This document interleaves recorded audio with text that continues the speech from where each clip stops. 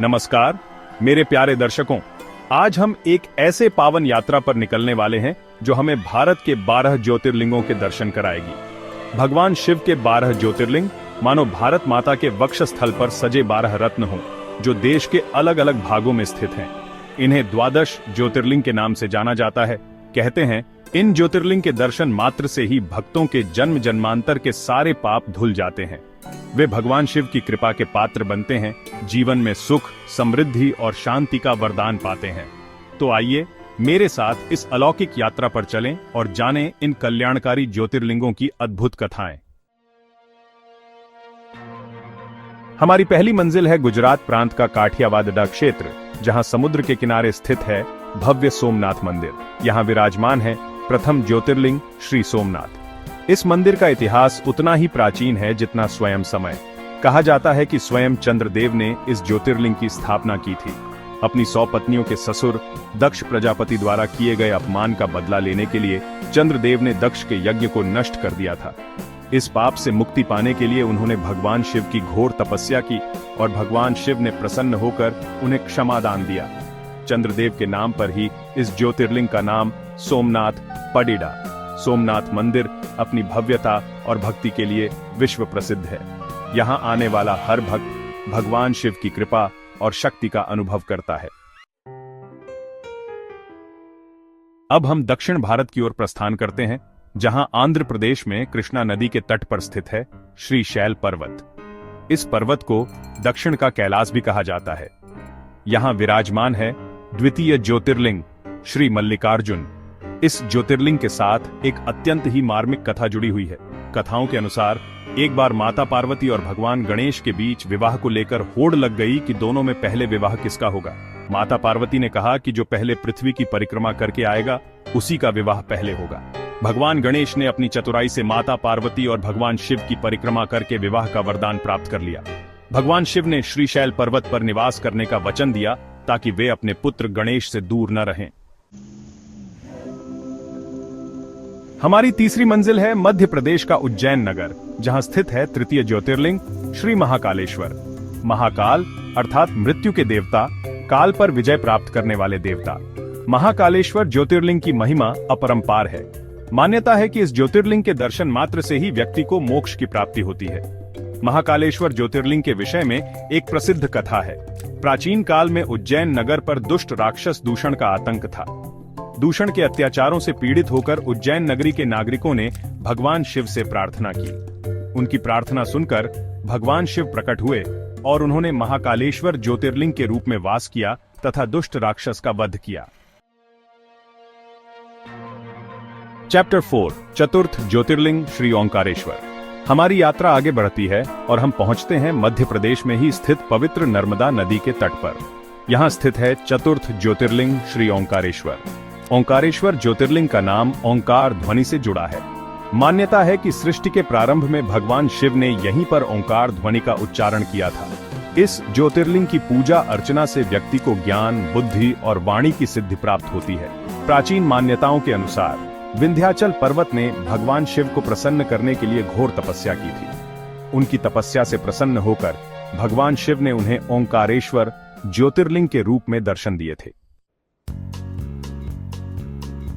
Chapter 5 पंचम ज्योतिर्लिंग श्री केदारनाथ। अब हम उत्तर भारत की ओर प्रस्थान करते हैं, जहां पर्वतराज हिमालय की ऊंची चोटियों के बीच स्थित है पंचम ज्योतिर्लिंग श्री केदारनाथ। केदारनाथ धाम 4 धाम यात्रा का एक महत्वपूर्ण हिस्सा है। यहाँ पहुँचने के लिए श्रद्धालुओं को कठिन पहाड़ी रास्तों से होकर गुजरना पड़ता है, लेकिन उनकी यह कठिनाई भगवान शिव के दर्शन मात्र से ही दूर हो जाती है। मान्यता है कि महाभारत के युद्ध के पश्चात पांडवों ने भगवान शिव से अपने पापों का प्रायश्चित करने के लिए प्रार्थना की थी। भगवान शिव ने उन्हें केदारनाथ में दर्शन दिए थे। चैप्टर 6 षष्ठम ज्योतिर्लिंग श्री भीमाशंकर। हमारी यात्रा हमें अब महाराष्ट्र ले जाती है, जहां पुणे से लगभग 100 किलोमीटर दूर सह्याद्री की पहाड़ियों के बीच स्थित है षष्ठम ज्योतिर्लिंग श्री भीमाशंकर।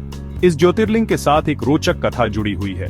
कहा जाता है कि इसी स्थान पर भगवान शिव ने असुर त्रिपुरासुर का वध किया था। त्रिपुरासुर के वध के बाद भगवान शिव के शरीर से जो पसीना गिरा उसी से भीमा नदी का उद्गम हुआ। भीमा शंकर ज्योतिर्लिंग प्रकृति की गोद में स्थित एक अत्यंत ही रमणीक और शांत स्थान है। चैप्टर 7 सप्तम ज्योतिर्लिंग श्री काशी विश्वनाथ। हमारी अगली मंजिल है उत्तर भारत की प्रसिद्ध नगरी काशी, जहां विराजमान है सप्तम ज्योतिर्लिंग श्री काशी विश्वनाथ। काशी नगरी को भगवान शिव की नगरी माना जाता है। कहते हैं कि काशी में मृत्यु को भी मोक्ष की प्राप्ति होती है। काशी विश्वनाथ मंदिर हिंदुओं के सबसे पवित्र तीर्थ स्थलों में से एक है। मान्यता है कि सृष्टि के प्रारंभ में भगवान शिव ने माता पार्वती को काशी नगरी भेंट की थी।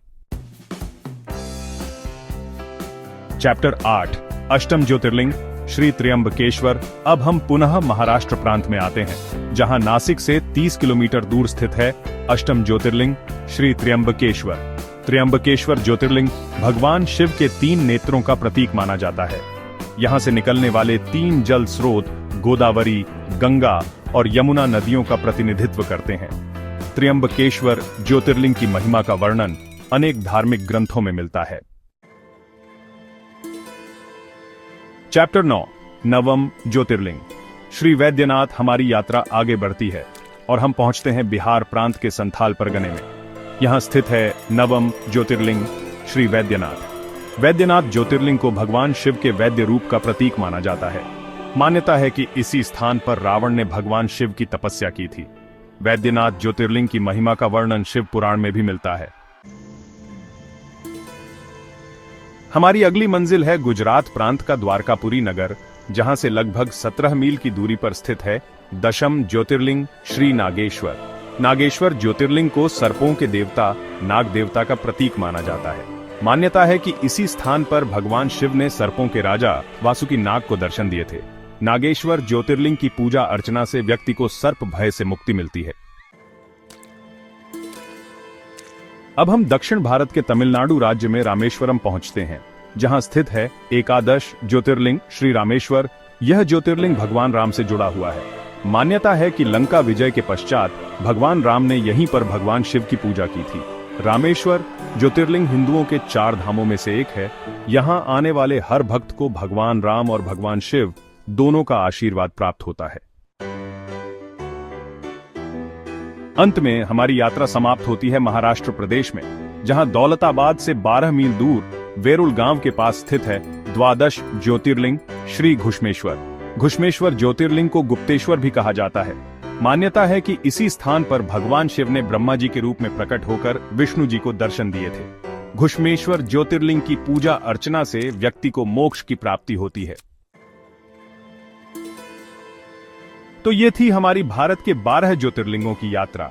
हर ज्योतिर्लिंग की अपनी एक अलग ही महिमा है, एक अलग ही कथा है, लेकिन इन सभी ज्योतिर्लिंगों में एक बात समान है, इनके प्रति लोगों की अटूट श्रद्धा और विश्वास। आशा करता हूं कि आपको यह यात्रा पसंद आई होगी। जय शिव शंकर।